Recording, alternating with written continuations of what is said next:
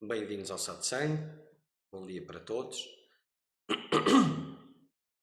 Então, para quem não sabe, oops, sorry, wrong language. Okay, so let's restart again. Welcome to Satsang. Good morning, everybody. For those who don't know, we use WhatsApp as a means of communication. So you can send your questions to that number that appears there, and I will answer them as they come. So as the world is moving for a long retreat, if there is a need to increase the live transmissions, we will increase. If there are questions coming, then we can make it even daily.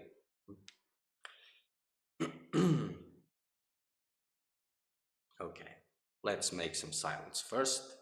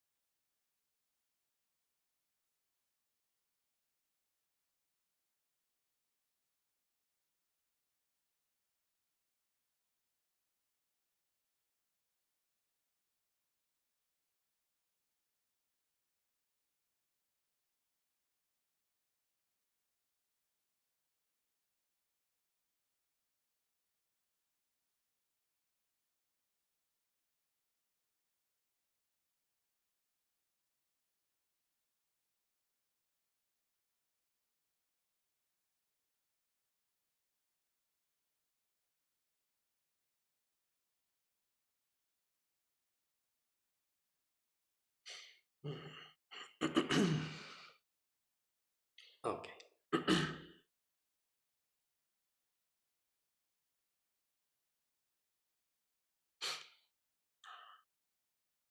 So today I will speak a little bit to those of you who are already established in the spiritual quest, not for beginners, but for those who are already established and have made some decisions about their lives, who have created the conditions to deepen their spiritual quests and reduce as possible these mundane interactions, these mundane investments, or who have adopted a monastic life, kind of life, even if it is by a specific, how do you say this, a specific lineage, or become monk, or just the type of life, not making any vows, but living a monastic life. So resuming is for those who are completely dedicated for this. Either they have made uh, a space of their own and created the conditions where they can remain undisturbed, or they are under the protection of some institution, of some place that allows them to continue their practices. Um, for all those who have made these decisions, and not for those who are living under the direct guidance of the living master, because these ones are under the direction, so it is that source that they need, nothing else. But for those, also for those who have the guidance of the masters that are not physically present, because this guidance is through your, what is called the heart, and it's still conditioned a little bit by your world and the specifications of your world. So it is, well, it is good, better than nothing, but still there is a lot of ways that you can absorb and distort these things. And to understand the importance of the size, the dimension of this undertaking, uh, if you look around in history, as the world moves, you can see the human being um, either surviving in different circumstances, in difficult circumstances, and even prosperating in these circumstances. So survival, first adapt to survival, then adapt to prosper. So this is like a basic program of the body-mind complex. So in the spiritual quest, this is also present. It's probably the biggest scenario where it presents. Maybe not, maybe it is the same, because when people are pushed into very severe circumstances, they can still adapt and survive if they are strong enough. So in your spiritual quest, delusion, the character, has these same qualities. So it pushes dissolution, it can adapt very easily, and it can distort your spiritual undertakings. So you have to pay very attention to these things. So the first challenge for those who are starting is to start a routine, a spiritual routine where they can fit themselves and start to work themselves in that routine, like a pie that goes into the oven. So the routine is the oven, seeker is the pie, and that creates the heat needed to cook that pie. So the routine is very important. And in the beginning, it is complicated because two forces are going against each other, two completely opposite motivations. So the world of the character gets hit strongly, intensely, and this creates a lot of chaos and confusion and struggle and all these things. So parts of this world are are falling, it is falling apart, and at the same time there is this effort, automatic effort of response, of adapting and trying to rebuild. at the same time as it is falling apart. So this routine, it is very important, and you go through a cycle. I explained this in meditation. It is cyclic, these things. But in this situation, it is always the same, it is cyclic.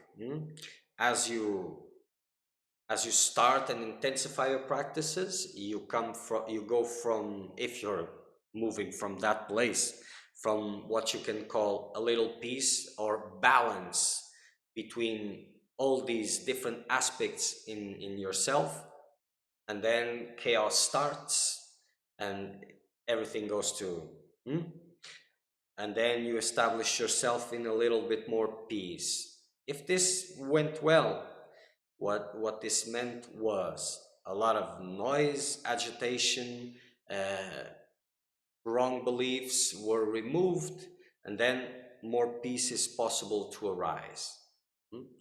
Or you have interrupted in some way your process, the work, you have adapted to it, and things remain the same.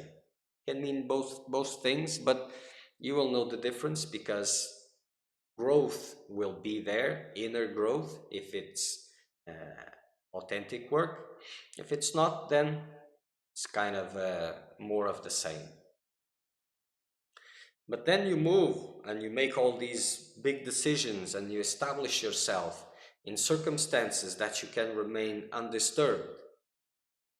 So this is to become undisturbed by the outer world. So this is the first step. Gaining peace from the outer world, not being involved with it, or being the least as possible involved with it. So you create the circumstances that will allow you to remain focused, still, undisturbed by the outer world. Let the outer world forget you. This is first thing. As you already accomplished this,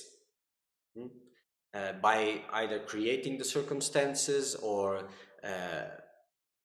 finding your guidance, your place to be, or whatever. It doesn't matter if you're in the countryside, for example, in a little place or something, and with the conditions to just remain there, or if you're in an ashram or something like this, or a self-supporting community or whatever. But let's take this to because this community example maybe not that good. So then comes the second part of the challenge. So you have removed yourself from the world, but now the world doesn't disturb you anymore. So you will try to create the world you had outside. You will try to recreate it where you are at this moment. If there's no people around you, so a little part you will not create.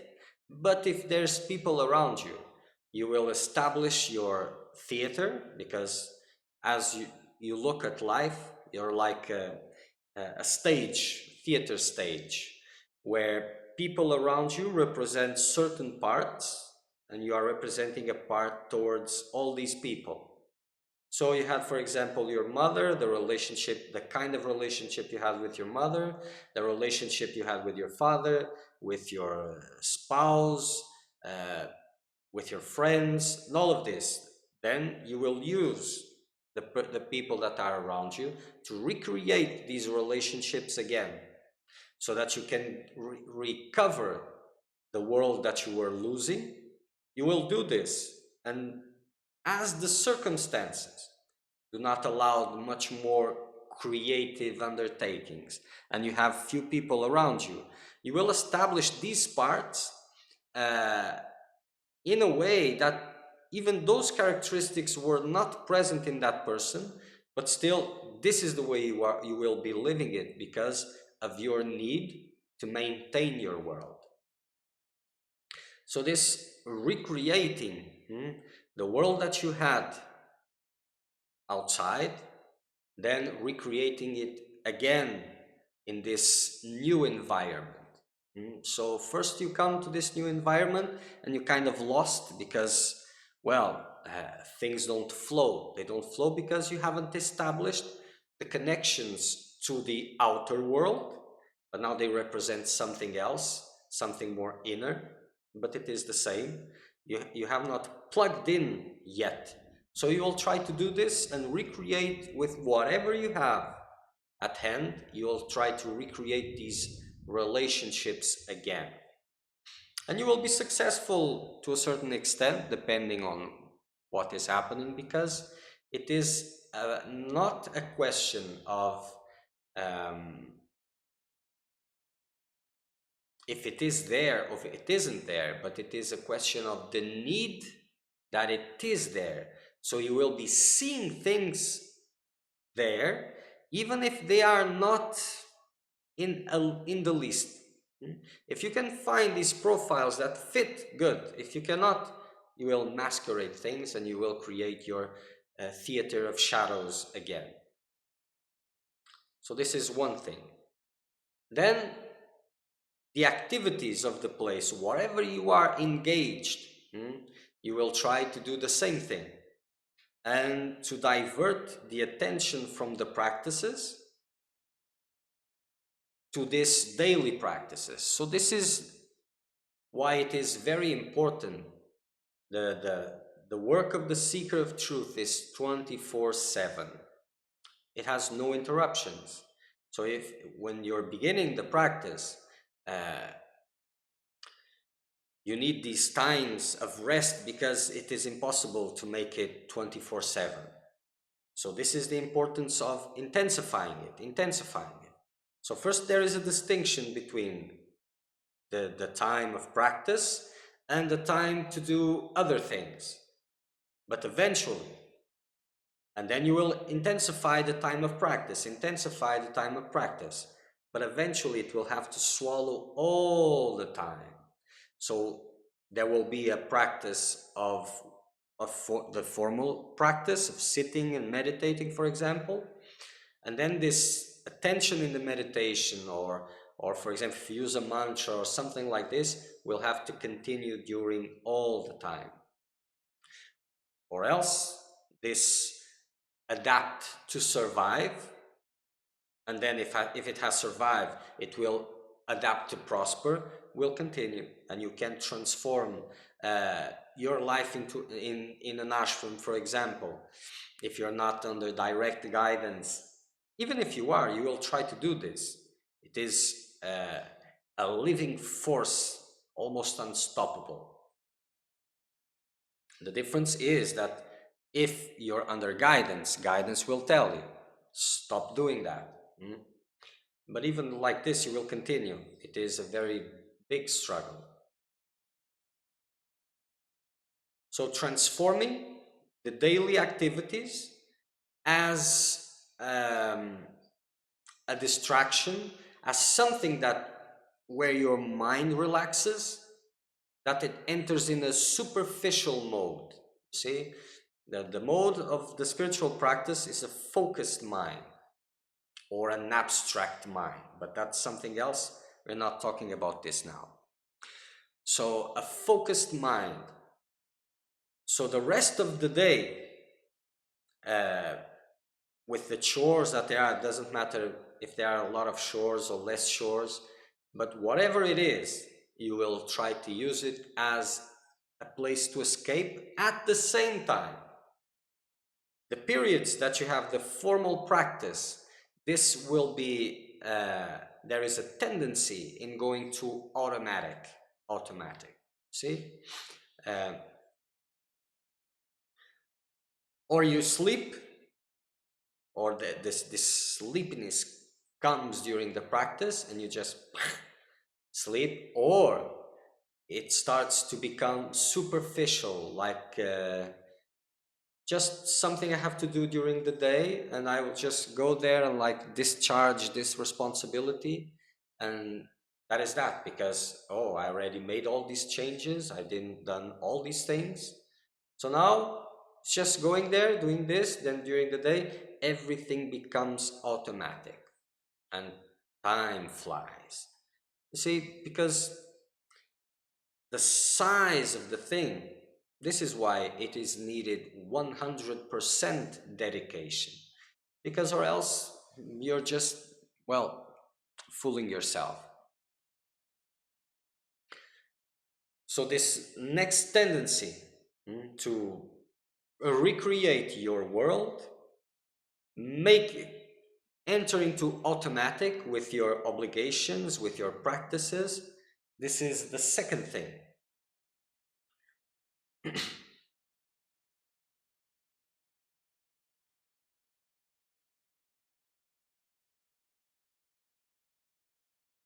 So these forces will be present intensely, and you have to, so the key of intensifying the practice has to be there. This uh, modus operandi of the mind has to be established. It's not just about when things start to become easy, when you're established, these cycles of chaos, living the chaos or something is moving inside, when this starts to slow down, so this is indication and you're not established in this higher vibration. For those who have experience, they know what it is. Others, well, you have to experience first. So if you're not established, so this means things are becoming automatic. And by automatic, it means lifeless. It's just form, no content. Because it is constant, this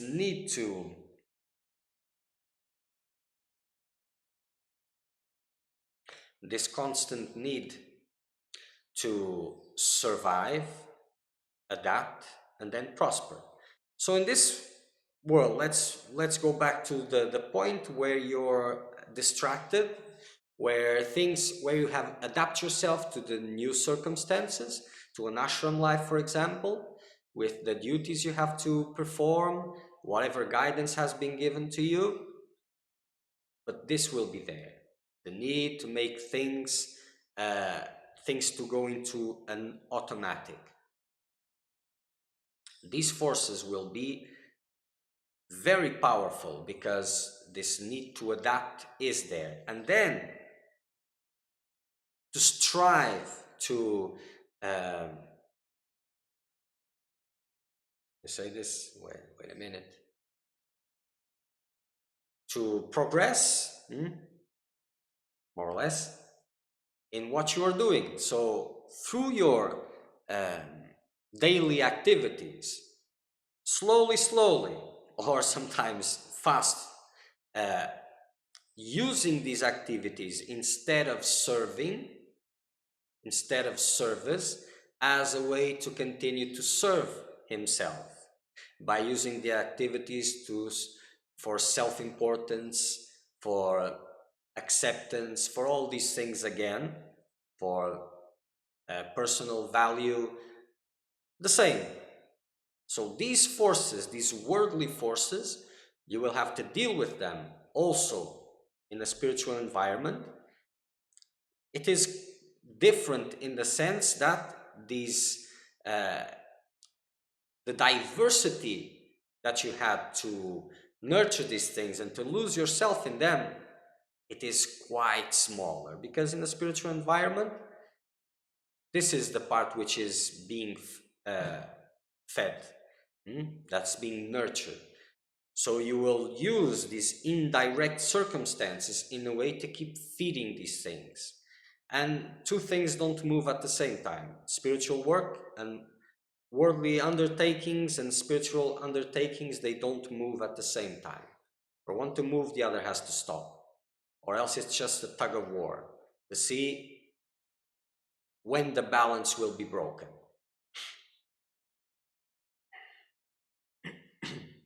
So if things become balanced, even, not too much resistance and restlessness and all of that, then you have adapt, and then you start to strive to progress to, forgot the word.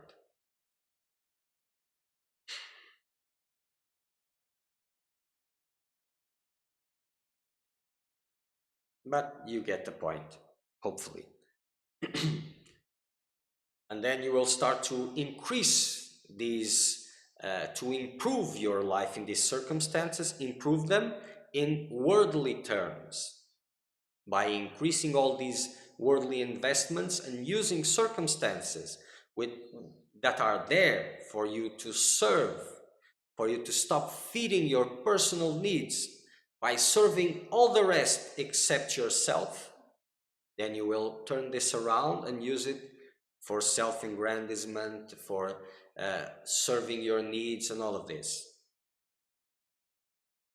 So these things, you will deal with them, because for the seeker of truth, this, for example, this monastic life, using the circumstances in his favor, it is one thing. It is very different from becoming a monk. And I'm not talking about this in a bad way, about becoming a monk. Nothing against it. But challenges are there for everybody. And this if you put in your mind that you're going to become a monk, this transference is almost automatic, and you're striving for a new identity in the world. It has its advantages because you leave the old identity behind. Everything can be used in a good way, and everything can be used in a bad way. Bad means that which goes against freedom. Good, that which favors spiritual freedom.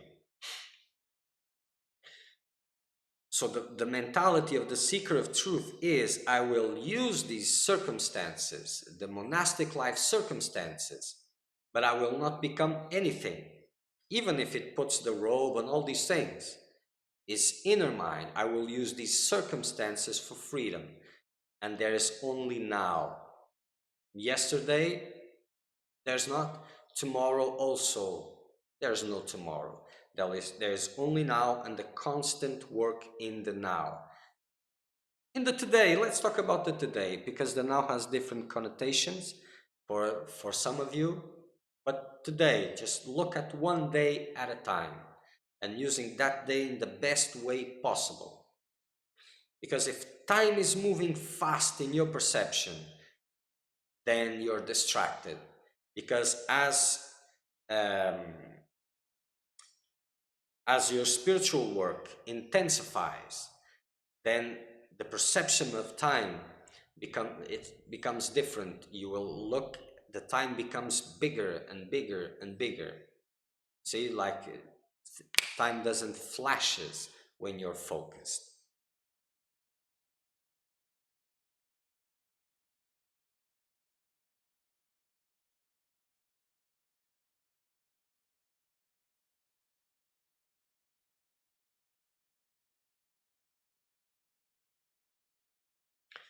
I will answer to this shortly. But let's just continue a little bit. So this, and when you get distracted, time flies like it did in worldly circumstances. It will fly, because moving from the world is to create the most suitable circumstances so that you don't get distracted. But don't forget that the need to get distracted is yours. The character needs this distraction. This is his way to survive. And you remove the outer disturbances, then you will have to deal with them at the source. And you are the source of distraction, because this is your need. This is the need for the character to survive. Distracted, engaged in things that will come eventually, that feed his reality, all his pain, sadnesses, joys, everything which is a part of his soup. Then he will use circumstances again for the maintenance of these things.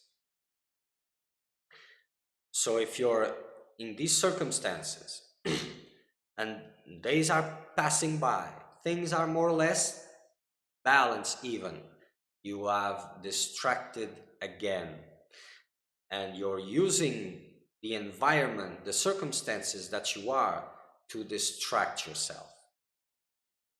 So maintaining the attitude to intensify the practice, this is the safety mode to counter these worldly forces that exist inside of all seekers. So as you start seeing this, that you are more used to, for example, the periods of sitting and all these things, then increase the time. And as you become more used to these things, now make your time, your practice 24/7. And always try to establish this practice. And by continuing to focus in this way, then this distraction, it is much more difficult, you see? And you can test this. For example, if you're in a doubt, well, because my practices, now I'm already used to this, it is okay, this I'm doing, I don't have many resistance about this, and I'm not sure if I've become distracted or if I'm deepening the practices. Okay, so one way to test it is put another sitting, for example, or try to make this 24/7, but the sitting is best. And if you establish another period of sitting, for example, if resistance start coming again, not immediately, after 1 week, 2 weeks, 1 month, if this resistance starts coming again, if your mind starts rejecting being in that place, then you have your answer. If it doesn't, if it intensifies, but there is no resistance like this, so things are in a good way, and that period that you put extra, well, keep it, because if it goes good, then just continue and use that time. But if it's not, then look around, examine what you're doing with your time and where you have become distracted.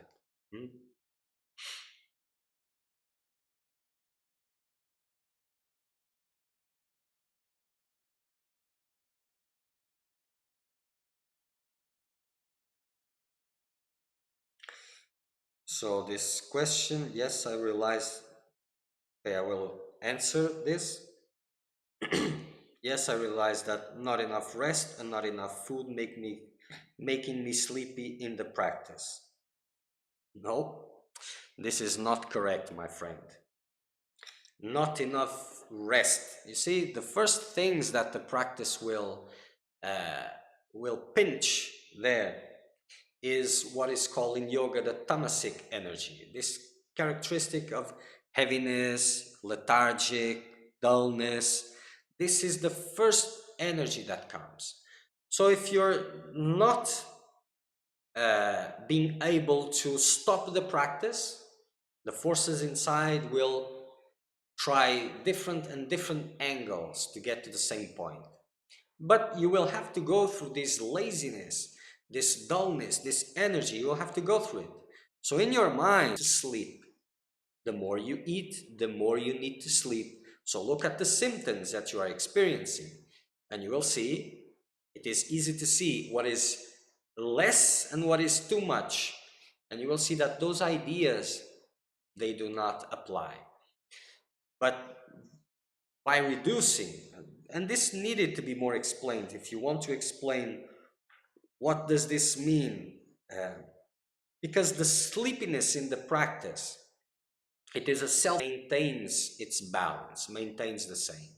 So if you have reached a point where you don't want to stop the practice, where you don't want to get disturbed by anything else,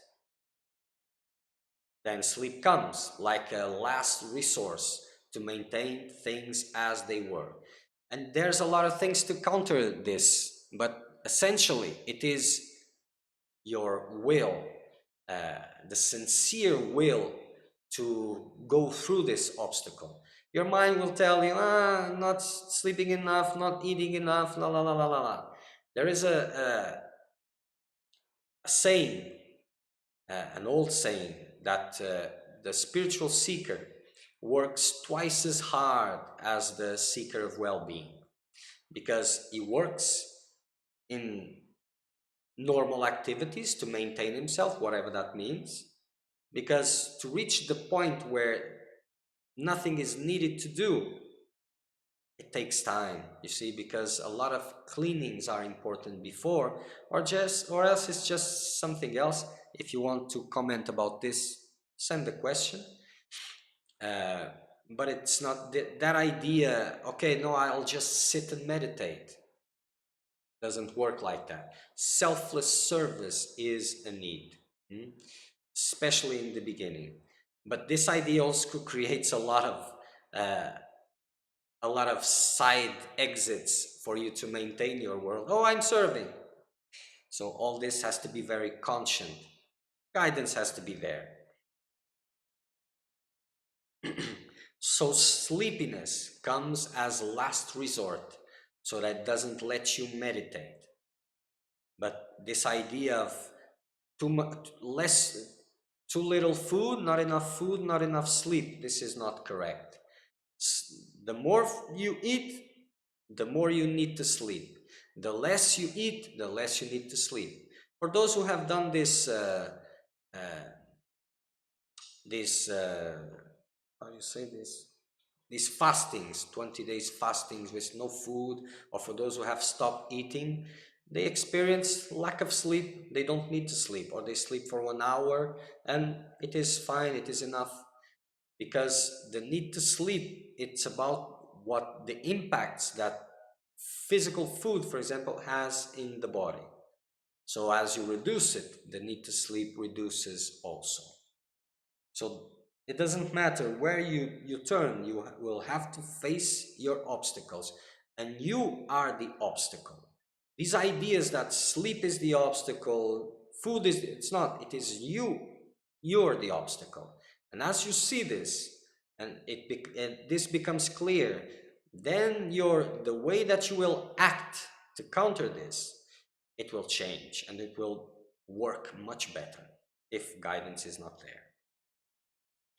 Thank you for the stop that here and not being able to stop. Then I feel guilty, but I remember to persevere, always reconnect as soon as it. Is it okay that everything become the teacher here and now? It is okay if it works. It's complicated. This everything becomes the teacher needs a very, very big dose of maturity. And 95 to 98% of those who are doing this, they are just fooling themselves, because they are learning what they want and not what they need. What they want to maintain their world and not to dissolve it. So these things have to be looked with a suspicious eye. And these cycles, this feeling guilty and then persevere again as you remember, these cycles, this is the way that all these individual existence work. They move into these kinds of cycles. I use the term hope and despair. They work together. As long as there is hope, there is despair. As long as there's despair, there is hope. They live together. And this is how worldly life, human life, continues with these forces. So being guilt, not doing things in the proper way, and then feeling guilty about it, is just a way of completing the cycle. And all these feelings about yourself, these beliefs you have about yourself will confirm.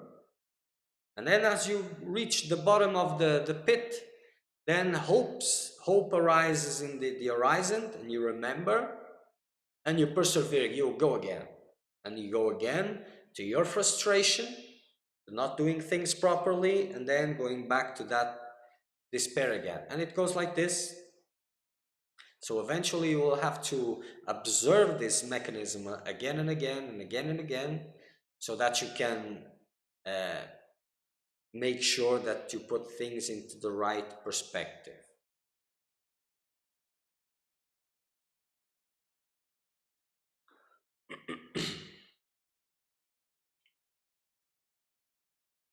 So as you have reduced, you have cut with this outer world, and you're in a very smaller world now.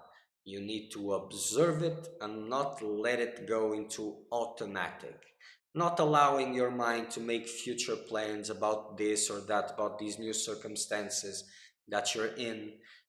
Don't letting your mind uh, into this quest for importance, personal importance, through the work that you are doing or whatever is being given to you to make, um, if you're amongst other people.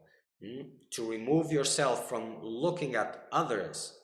Try to see if your relationship with others has anything similar to the relationships you had outside.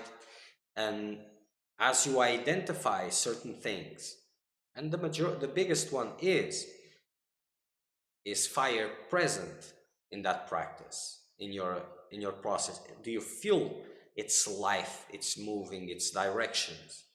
Hmm? Or are you adapt and distracted, entertained by daily activities, by what I have to do next, and all of this, and and tomorrow, and next tomorrow? If time is moving fast, or if it's moving slower and slower, observe this, because these are signs that you can use to see what is happening. Because the tendency, it is always the same: peace, getting peace. And by peace, it means superficial peace, a balance between tensions, between restlessness, and peace has nothing to do with this. So the more you intensify, less peace you will have. Because intensifying stillness brings chaos from within, the chaos that is there. Not creating the chaos, just bringing it, making it visible so that it can remove. So as long as you don't know who you are, knowing by self-realization, there's still something there. And this silence, this stillness, the intensity of the spiritual practice will bring this chaos at surface so that it can be released. So if your practice are not bringing this chaos, you have lost it already. So you need to restart, intensify, bring full awareness, and make your work 24/7. 24/7.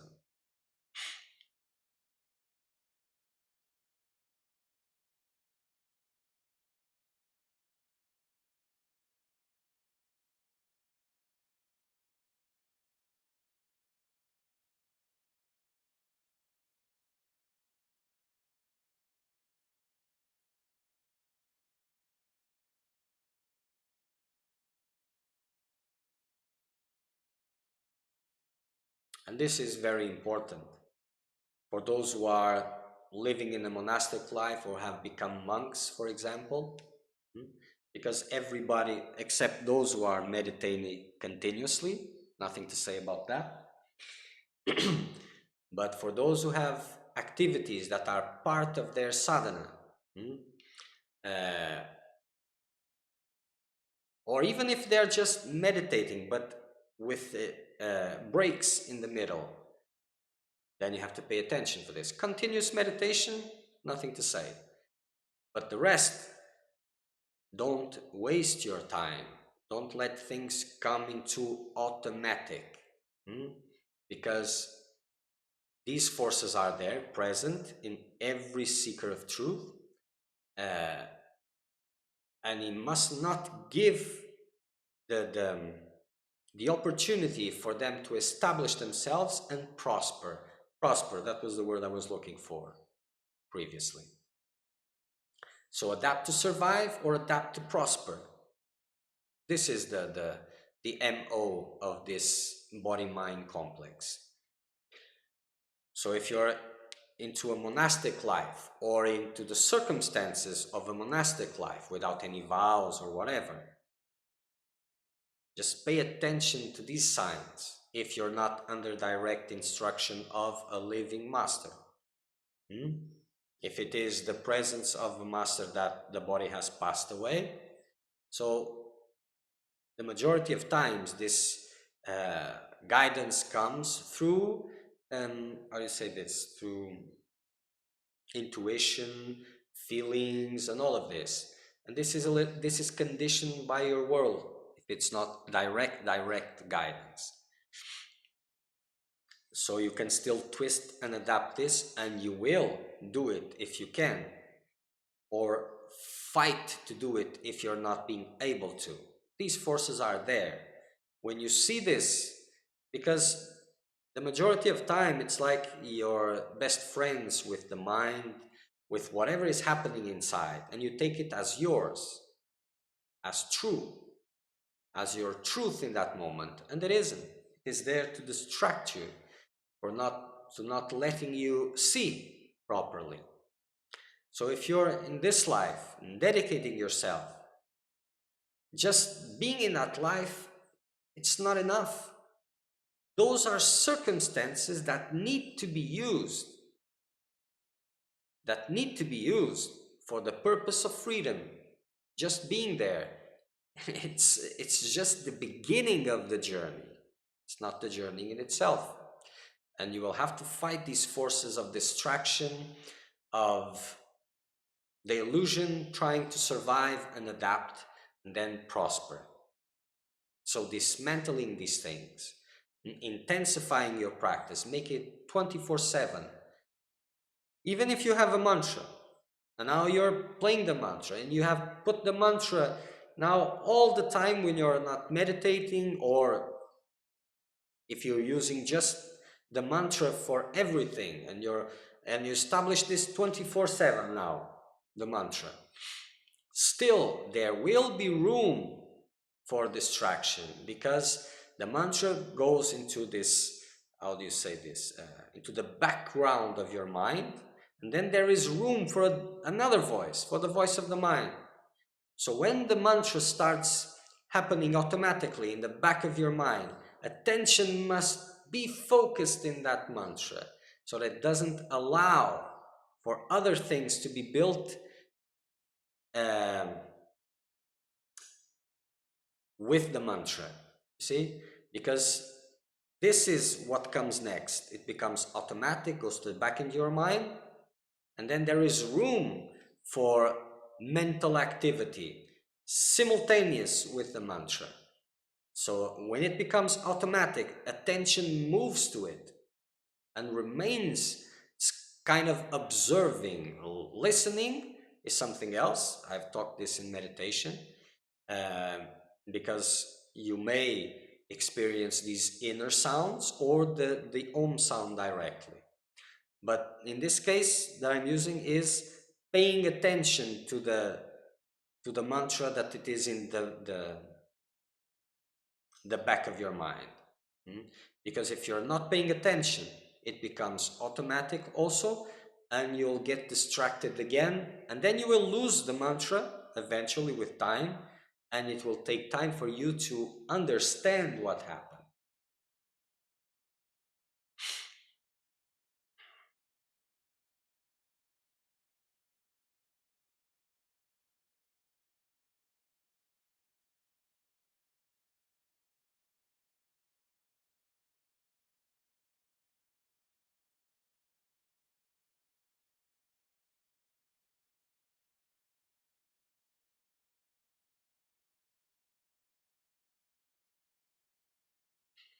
So if you're not going through this inner um, crisis, coming and going, inner crisis, that brings inner growth, and you feel this like an inner expansion. If these are not happening, doesn't matter in which scenario you're in, you've become distracted. So you have to bring life again to it, intensify it, focus, because these are the forces you will have to deal with. So if there's any questions about this, well, you can send, I will answer. If not, then we will end satsang in a while.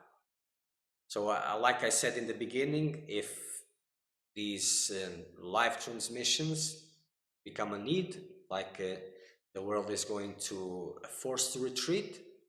So if there is questions and they increase, and the need to make these lives increase, we can do it daily also, no problem, if there is a point for them. So we will see with what comes, if this moves forward, or we continue like this as we are now.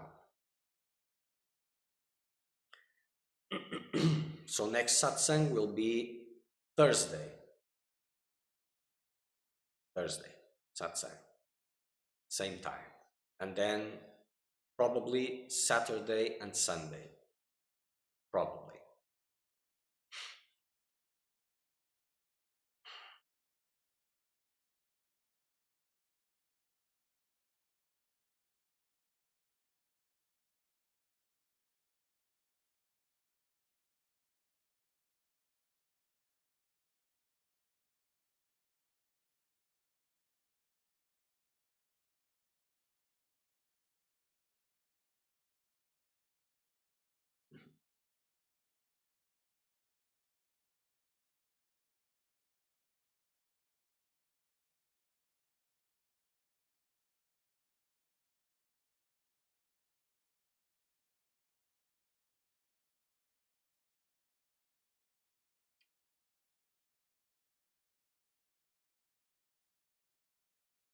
So in this time, you can choose um, to use your time to associate with the hysteria that is coming, or you can use it to intensify your spiritual practices. You choose.